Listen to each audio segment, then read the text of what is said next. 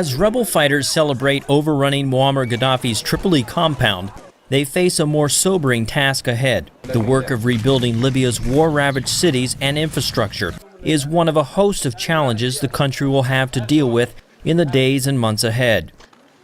Oil is one of the country's key industries and sources of income. Libya has the largest oil reserves in Africa, so getting oil production and exports back up online is crucial. Luckily, unlike the damage cities and towns have endured, the oil industry appears to be largely unscathed. Estimates about how soon the oil industry could be back online vary. Some, like energy analyst Samuel Chiswick, say Libya could quickly return to pre-war production levels. Companies with large production capacity in Libya, for instance Eni, but also say companies like Repsol and so on, which have a lot of facilities in the southwest, which as far as we know has escaped damage almost completely. Over the past several days, global oil prices have largely followed developments in Libya as Muammar Gaddafi's grip on power began slipping following the rebels' quick offensive into Tripoli, but then began rising as pockets of fighting persisted and global economic volatility came to bear. Libya produced about 1.8 million barrels of oil a day before the uprising began, or about 2% of the world's production. Most of Libya's oil is exported to Europe, with Italy receiving the largest portion by far. Rebel leaders say oil arrangements made prior to the Gaddafi regime's downfall will be honored.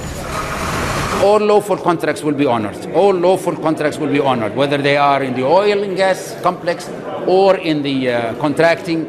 At the moment, it is not like for this government to decide whether they will be revoking any contract. The international community has voiced its readiness to come to Libya's aid and help it rebuild, and the UN is holding a meeting on Libya's future later this week.